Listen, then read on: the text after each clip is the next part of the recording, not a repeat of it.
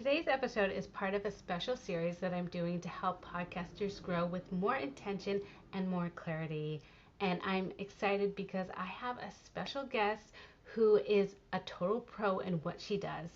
Candace is a podcast guesting expert, and what I love about her approach is that it is not the surface level tips that you see online. She actually helps people show up as powerful guests, create a clear message that they can use repeatably, and actually use guesting as a real growth strategy. She's also featured inside my membership Podstar with an exclusive podcast guesting workshop. So I knew I had to bring her on and give you a taste of her brilliance.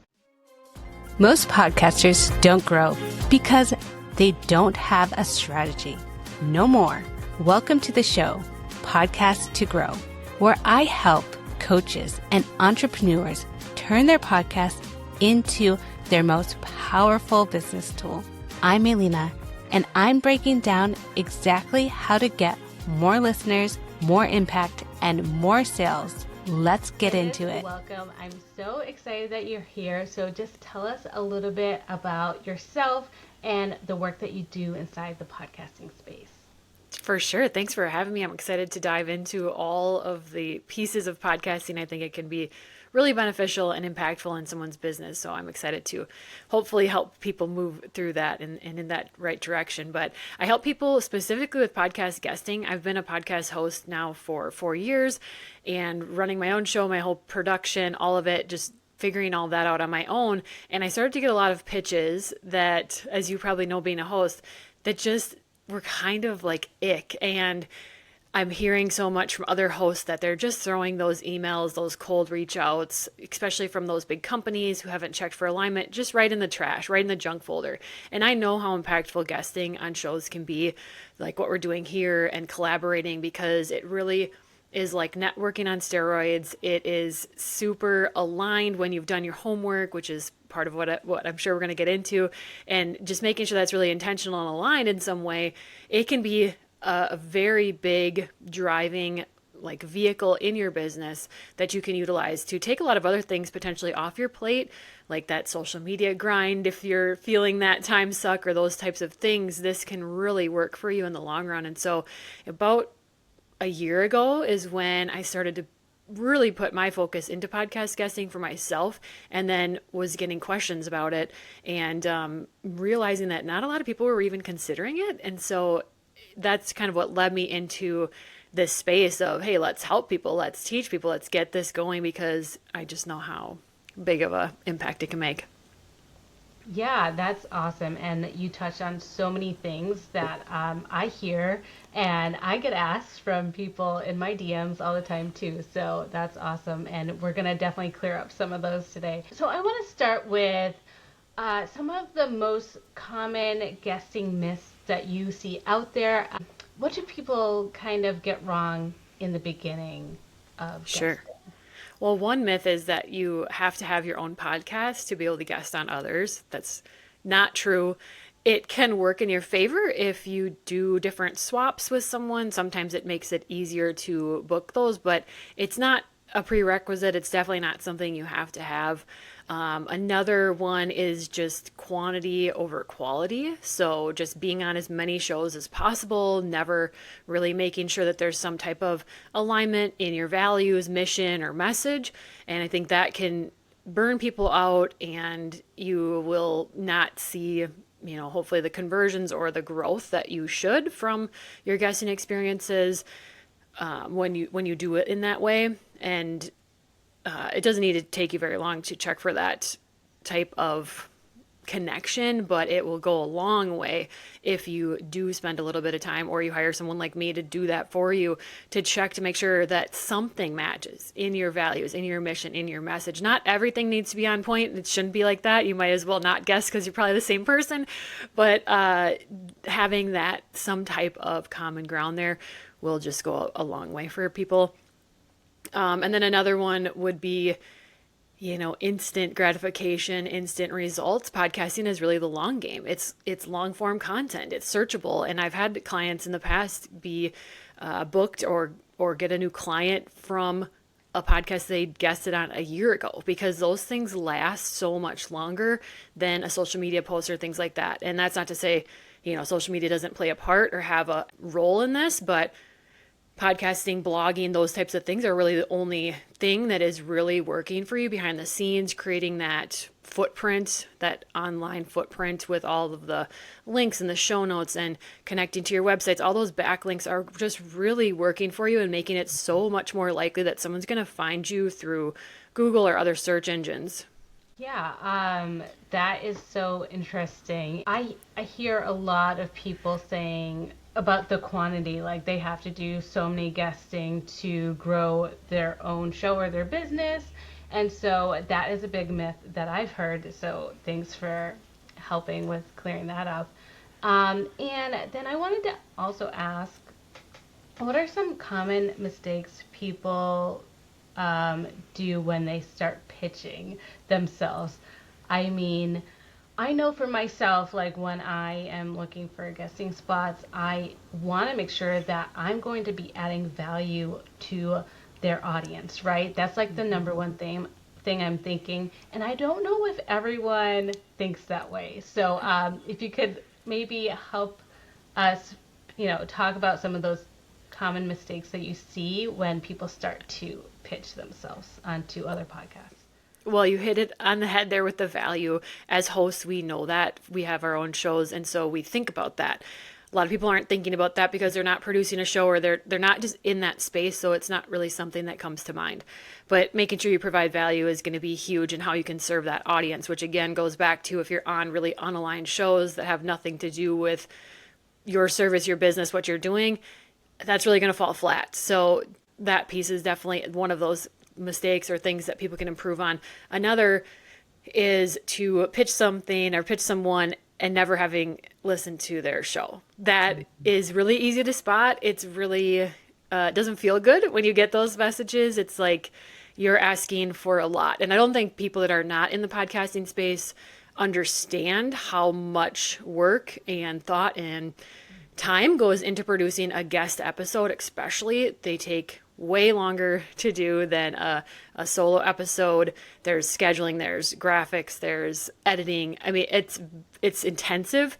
And so you have to be thinking about, there is this trade-off, and you coming onto the show to serve, give actionable things, not gatekeep your information. Obviously, you're not going to, in one podcast episode, share every single piece. That's too overwhelming anyways, but you should be ready to bring 2 to 3 things that listeners could boom, go and do right away. And if you're not ready for that, then definitely kind of reevaluate. The other thing is to not give any thought to speaking topics. So, you've seen those posts on Threads or places that say like, I have a goal to guest on 25 podcasts this year. That's great. So do I, maybe, right? Like, I'm happy for you, but as a host, I'm going to keep scrolling because I don't know what you want to talk about. And if you also don't know what you want to talk about because you're just excited about it, and that's great. That's a great first step, being really excited to get to share your message and things. But if we can spend a little time thinking about those speaking topics, and inside my program, I teach people how to find 3 topics and then write them as podcast episode titles, how to really make them catchy and very specific so that you could post those on social media, you could post those on Thread. And as a host now, I'm scrolling, and if I spot that and it speaks to me and it hits my audience, I'm much more likely to identify right then and there and say yes and message that person. Whereas, that other way we said where you just share generically that I have this goal, like that's just going to be scrolled right past. So giving some thought to those speaking topics is a huge deal. Just having a little bit of intentionality and a little bit of thought, it's going to set you apart as well, because most people aren't doing that. They're just jumping in. And it's also then going to make your guesting experiences be that much better and work for you as the strategy that you're intending them to be. If you're trying to use it as a growth networking type strategy, we got to give it a little thought. We can't just get on talking about anything, because then you'll wonder, why isn't anyone following me from that? Why isn't anyone downloading my free resource? Well, there's probably some cohesiveness that's missing. And, that's the type of process then I do teach and walk people through. But I definitely like to write them as podcast titles. It just helps a host see it and really identify really quickly if it's a yes or no. And it's okay if it's a no, because that's getting you closer to that aligned, warm audience, which is really where you want to be in front of. Another mistake would be in your introduction talking about your whole life story or having it be really long. A lot of shows are 30 minutes or less, especially, let's say, in the mompreneur space or things like that. We're having quick hitters. So if your introduction of yourself is 5-7 minutes, you've just taken up a fifth of the episode. So that's a place that you can practice. You know, most of the time someone's going to ask you to share something about how did you get here, or who do you help, who are you? So you can practice that type of thing in the mirror, hire a coach, whatever. But that's something I would say keep short and let the host ask you questions after that and see where they want to take it for, you know, whatever fits their show. And then that ending piece of the show ends and they say, where can we connect with you? Where can we follow you? Have somewhere to send them. Have a free resource, have a podcast, have, you know, something, and it shouldn't be this overwhelming, huge, big thing, but having something where you can send them is going to help, you know, it not just be a great conversation. People are excited. They loved it. They take it and run with things. It's going to actually bring people over into your community, into your space, which ultimately is what we want for those people that are feeling really aligned when they're listening to, and they are feeling like, I do need this. You want to give them a place to go. And so we can fall short if we miss that step. Yeah, for sure. And so I was thinking about a few different things, you know, because I want to make this like super easy for my listeners, right? When you're approaching, like pitching someone, I kind of think of it like, you know, how, I'm on LinkedIn a lot. So when I'm trying to make connections on LinkedIn, I'm kind of, you know, commenting on their posts. I'm like kind of trying to get to know them, trying to get the conversation into the DMs. Is that the same kind of approach you should have? Or should you just like, you know, listen to the podcast, like tell them what you love and kind of cold pitch them on that? Or is there like, is there kind of like a system? Right. It can work in a few different ways. Definitely, if you have the time and you're engaging, like that's going to help so much. Like what you were mentioning, engaging with the content that speaks to you and being a real human in that regard, that's going to definitely impact this type of approach and be very helpful. But one place that you can start is taking those speaking topics and posting them on Threads and say, hey, I would love to guest on podcasts this year. And I just know I could bring a lot of value to your show and serve your audience with these 3 topics. You know, Threads is a place that where people are posting many times a day. So you could post something like that once a week. You'd be surprised at what you would get. That'd be a really easy place to start where you might start making some of those connections. The other thing is you can search on Threads and likely on any social media platform. I'm just spending a lot of my time on Threads. But you can search different things on there, podcast guesting, podcast threads, podcasters, whatnot. And you might find a host that has listed 5 specific topics that they, you know, want a guest for. And if that's you, it's a really easy spot for you to comment and say, hey, I fit number 2. If you're still looking to talk about that, I would love to talk about that.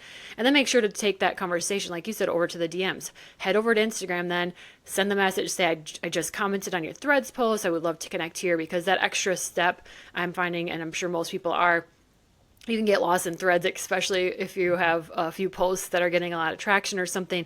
You're going to miss someone's comment. But if you get over in their DMs on Instagram or somewhere else, it's going to be much more likely that they're going to respond to you. So that's a very easy, organic place that you can start. And if you're looking for more of a system, I do have a tracker and a few other things that kind of can help make this work for you. But definitely listening to their podcasts, obviously with what we were just mentioning, in that case, you may not listen to their podcast beforehand, because if you just recognize that they posted something very specific, have that on there and you identify with it, it's, I think, very appropriate to say, I fit that.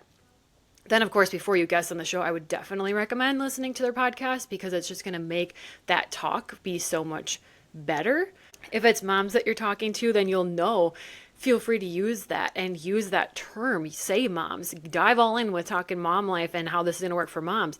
If you know you're talking to entrepreneurs that are using this, then you're going to use, you know, it's not changing what you're really saying, but you can make it feel better and more connected to that audience when you can speak to who they really are. And then as far as the system, I like to listen to shows. Ones I'm really aligning with, I'll put in my tracker, find as much contact information as I can from the host's Instagram and whatnot, put that all in there. On a different day when I'm really feeling good, high vibing, that's when I'll send those DMs out. And I say DMs on purpose and not emails. I think emails is just a spot that we're just feeling like sending them to the junk folder. It doesn't feel good right now because too many people are doing it in a really inauthentic way. So send it in the DMs. And there's two things I want you to have, and that is one, prove and show that you've done your homework. Don't write me a novel, but write me 1 or 2 sentences on how we connect. That way I know you listen to my show. I know that you have checked for that alignment. You're telling me how it matches. That feels really great as a podcast host. The main part of your message, I want to know what value are you bringing. That's all we're concerned about as podcast hosts. If we're going to have a guest on, we want to be rest assured that they're going to come and bring it and give our listeners value. So that's when you can list those 3 speaking topics again, unless you know something very specific that they were looking for, and you can put that in there. So that's what I would say should go in the DM. And if you're brave enough, send it in a voice note, because I think that's even more likely to get opened, and it lets them hear you. And that's just a different level of connection and getting to know someone than, text. So do I think you needed to be following them forever before that, or X amount of time? Not really. If you do your homework, I mean, for me as a podcast host, I don't mind getting those messages if I can see those pieces and those that effort has been checked off. It's a lot different than if you're sending a cold message and you haven't done any of that and you just say, hey, I saw you at a podcast. I just want to be on it. That's different. If you can have a situation where you've been following them a long time, or not a long time, but a certain amount of time, you've engaged and you just have built this rapport, then that's awesome too. But I don't think it has to be a certain timeline. Okay. Yeah, I was just asking because I feel like sometimes people don't feel comfortable just, right. Like you're always told, like, don't do the cold pitch emails, or don't do that. So you gave a lot of great tips of like what to do instead. And I love that sending the voice message DM that's golden, because that definitely helps like bring in your warmth, through your voice, right, to that person, so they can hear you.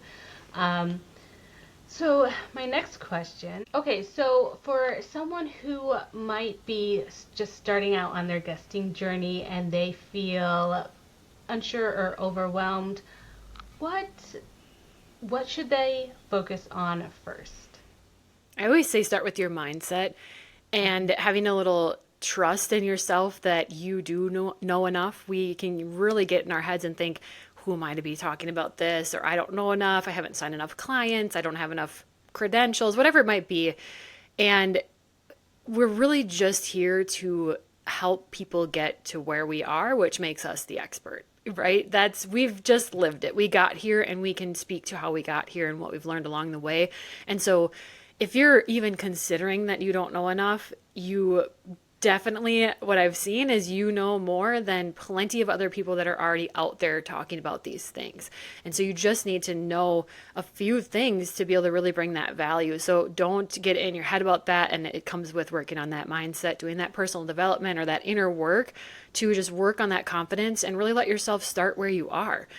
Do one show and take a look at it and reflect on what could you have done better. It's not to say to beat yourself up or be really judgy, but we're just here reflecting, taking it as information, and we're going to move on and get better the next time. And you'll find that the more you do it and you're forced in those episodes to talk about your offer and the things that you do, you're going to get so much better at it, and you're going to get clearer on it too. And I've noticed that it ripples into having a clearer message on social media and a clearer message within my emails.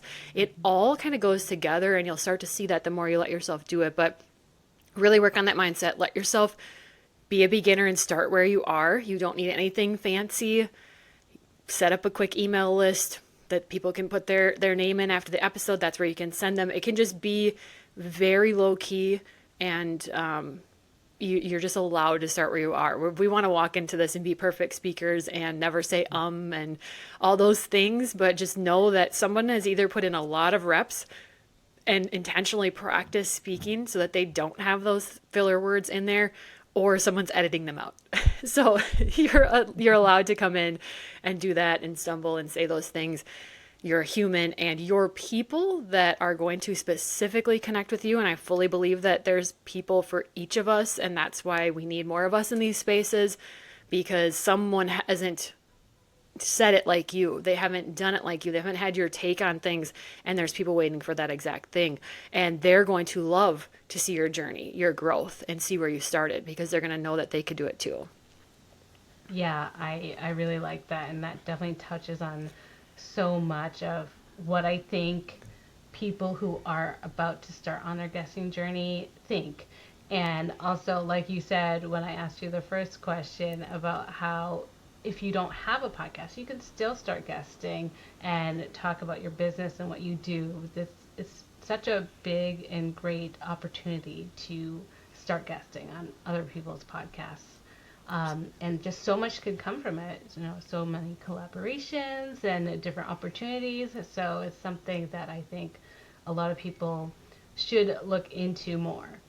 So I also wanted to ask you, can you tell me, because you do this for yourself, can you tell me a little bit about your own approach and how this plays into what you're teaching inside the Podstar membership with your exclusive podcast guesting workshop? Sure.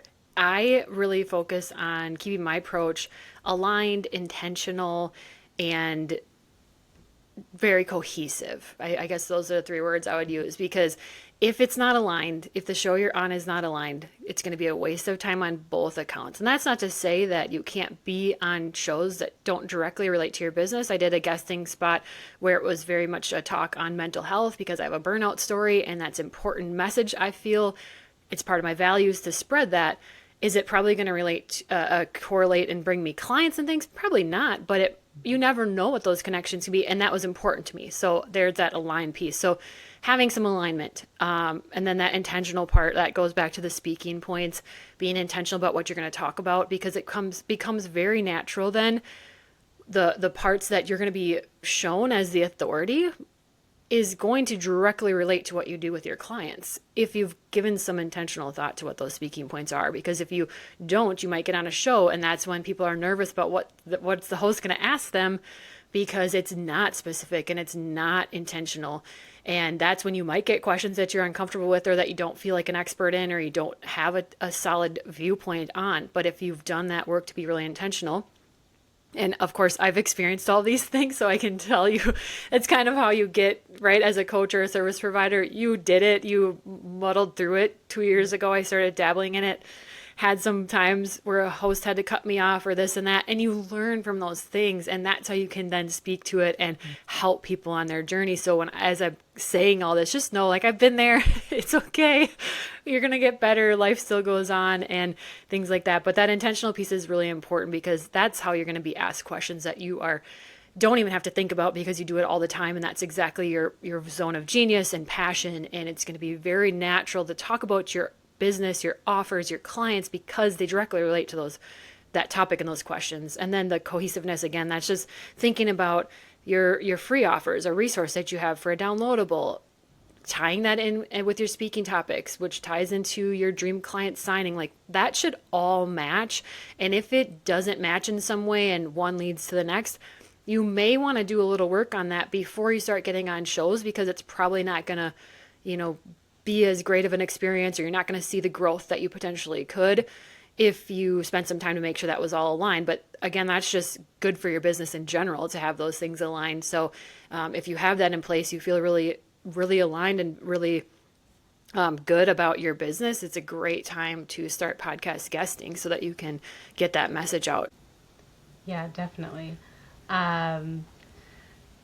So I am so excited to have spoke to you today, and you gave us so many great, amazing tips. So let me just ask you like a funky question here. Sure. Where do you think podcasts, like, let's just future cast a little bit, like, where do you think podcast guesting is going? Like, what do you imagine it, continuing to do over time? I mean, I think we all know like most of the benefits, but like, I'm just thinking because so much is changing with AI and all of everything. Um, because of that and seeing all these, AI generated things, a lot of that comes to mind thinking that are, how are we going to be able to tell the difference? But anyways, so I got off topic there, but I'm just like, that's kind of, I'm trying to get to a mindset of like, what are you imagining? Or do you imagine?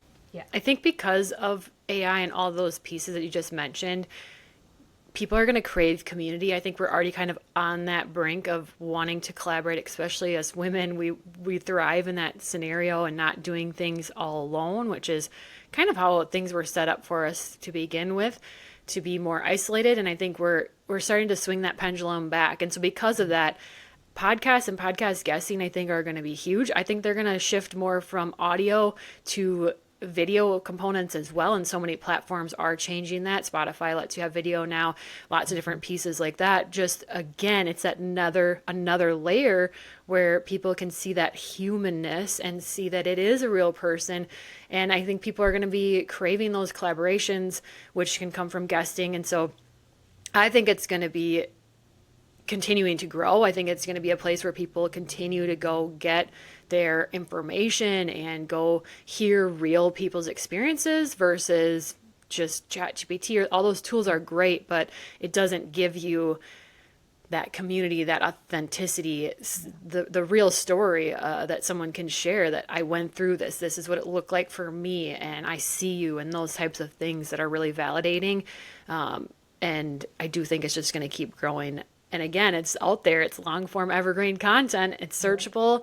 And so, I have heard of people being brought up by ChatGPT, or those things are starting to reach these platforms. And I think that's just going to continue. So yeah. And the connections you make with hosts and things, like, just think, we wouldn't bump into each other at a coffee shop and get this deep into conversation, right?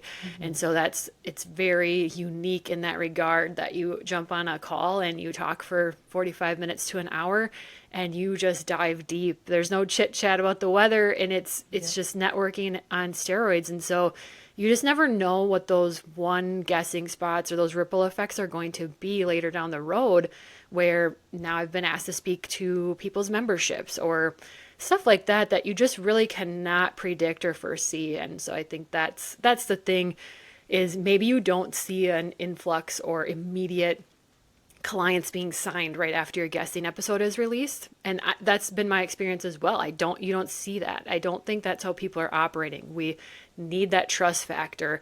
And so we need more time, but it's working for you in the background in a big way. And you can't really see it until all of a sudden you look back and you're like, oh, I've landed these speaking engagements, or I have signed clients, or I've been referred because I'm top of mind because of how intentional I was with my speaking topics and such. So that was a long answer, but yeah, I don't think it's going to stop. I think it's going to grow. I think people are craving that humanness and authenticity and community for sure.